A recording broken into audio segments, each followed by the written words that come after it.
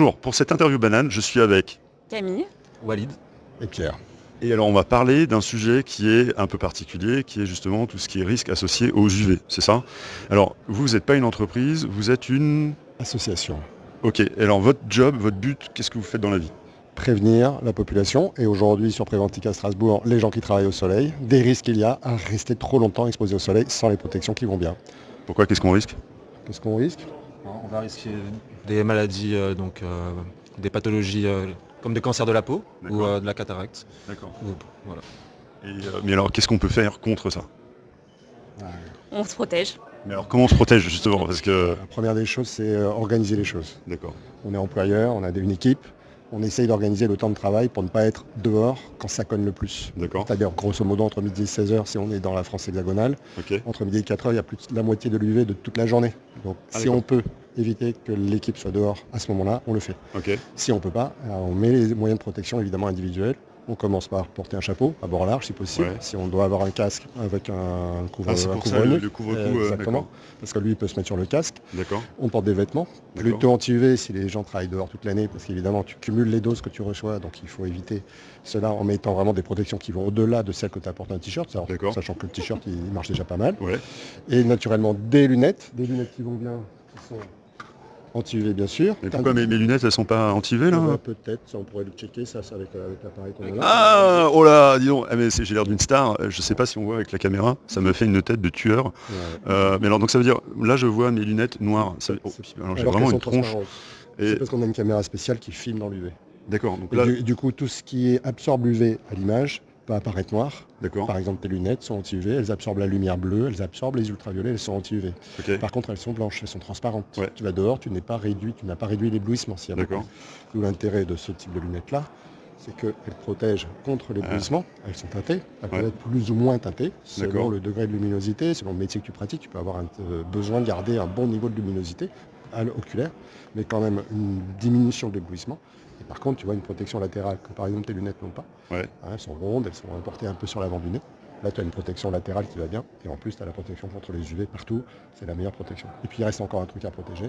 C'est naturellement le visage. Le visage. Le visage. Si tu portes un t-shirt. Allez, on va faire le test. Voilà. Donc, toutes les parties exposées, qui ne sont pas couvertes par des vêtements, et alors doivent être protégées tu peux faire, avec de la crème. deux traits sur le visage de guerrier. Ok, on va faire 2 traits sur le doigt, d'accord. Et est-ce qu'on peut protéger aussi la banane? Ah, tu protéger... peux protéger protège la banane. Regarde, non. Ah oui, non, j'ai vraiment l'air d'un tueur guerrier. Alors je sais pas si on voit l'image, mais vraiment c'est impressionnant. Donc là ça veut dire que j'ai protégé juste là, de la section là, et que ça passe là, pas. c'est pas forcément spectaculaire parce qu'on voit la crème. T'effaces pas trop de près parce que en fait le micro il est là. Applique-toi la crème, étale-là. Ok, je vois pas. Voilà, fais pareil de l'autre mais alors là côté. j'ai de la coupe rose. Non. Pardon, je vais terminer moi le boulot parce que tu n'arrives pas à bien. Ouais. Nous, à l'œil nu, un expert. à l'œil nu, on voit plus rien. À l'œil nu, on voit plus rien. Alors qu'à la caméra, tu vois, on voit exactement là où il reste du produit et où il n'y en a pas. Pourtant, à l'œil nu, on voit pas quoi. C'est tout l'intérêt. C'est parce que l'UV, c'est un élément qui est invisible. Donc, on ne peut pas le voir à l'œil nu. Ouais, alors. En revanche, j'espère qu'on va t'entendre. En revanche, tu le vois avec cette caméra. Ouais. Parce qu'il apparaît noir, puisque cette crème que tu as encore de façon résiduelle, mais tu l'as sur ta peau, elle absorbe l'UV, donc c'est pour ça qu'elle apparaît noire sur cette caméra. D'accord. Et donc la protection, tu te demandais comment on fait pour se protéger. Chapeau ou couvre-nuque, t-shirt, vêtements, anti-UV de préférence, lunettes couvrantes, et bien sûr sur les zones qui restent exposées, la crème solaire qui va bien avec un indice de 30 ou de 50. Et pour les gens qui travaillent dehors, qui ont besoin de produits secs et qui ne sentent pas l'aloe vera ou je ne sais quoi, des produits sans odeur et secs. Donc, tu peux regarder tes mains, sont sèches. Et tu peux prendre un marteau, il ne va pas t'échapper, tu peux prendre un équipement. Voilà. Mais alors, nous, on est une start-up avec des gens qui travaillent dans les bureaux, on fait des jeux vidéo. On a des risques avec les UV ou non? Non, pas de risque UV. En vacances en attention, en vacances, du coup. Bah oui. Ah oui, parce que notre peau, elle n'est pas habituée au soleil et compagnie, donc on va être plus en risque. Donc ça veut dire plus de vacances. Donc j'annonce aujourd'hui, les salariés de ces troopers n'auront plus de vacances. Ok. C'est tout ce qu'on peut faire?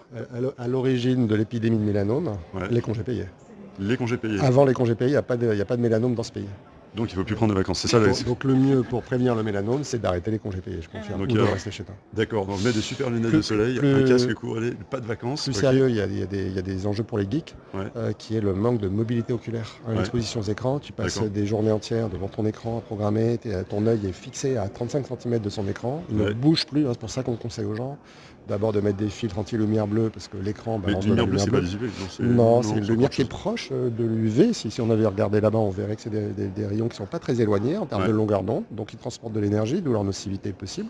Surtout, comme tu n'as pas ton œil qui fait une gymnastique oculaire, qui ne fait pas un focus, on te conseille d'arrêter au moins toutes les heures, D'accord. d'aller à la fenêtre, de regarder au loin, justement pour que ton œil fasse de la gymnastique, parce qu'il va faire un focus à 300 ou à 3 km. Toutes les heures, c'est à peu près le rythme d'une personne qu'on a dans l'équipe qui fume. Donc en fait, fumer, c'est bien, c'est ça? C'est sûrement excellent. C'est sûrement excellent. Ouais, On rappelle, on est à un salon de prévention. S'il fait une pause clope, il peut faire une petite pause aussi calva, ou tu vois, un petit alcool fort aussi, ça peut aider. Vous, c'est les UV, hein. C'est pas la prévention anti-alcool, tabac, compagnie. Donc, UV. tu vois, nous on met le casque, on met le protège-nuque, et sinon on boit des coups toutes les heures.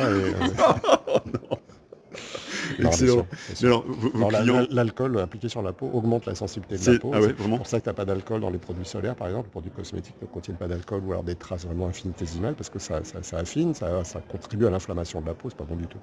Ah, Ni pour la d'accord. peau, ni pour le reste devant. C'est un peu comme le tabac. Le tabac cancérigène certains, comme les ultraviolets. Tu sais, le CIRC, le Centre international de recherche contre le cancer, Ouais. classifie tous les agents physiques et chimiques qui peuvent donner le cancer. Est-ce que c'est rang A, cancérigène certain? Est-ce que c'est rang B, cancérigène probable? Est-ce que c'est rang C, cancérigène peut-être? Tabac, alcool, arsenic, goudron, ultraviolet, les naturels, les solaires, les artificiels, tout sont des cancérigènes à coup sûr. C'est-à-dire que quoi D'accord. qu'il arrive, quand tu t'exposes au soleil, tu augmentes ton risque de cancer de la peau. D'accord. Bien sûr, il faut atteindre des doses, il faut avoir pris beaucoup de coups de soleil. C'est beaucoup les coups de soleil, on parlait des vacances. Le mélanome, la forme la plus dangereuse, c'est surtout les coups de soleil qu'on a reçus D'accord. pendant l'enfance qui sont responsables.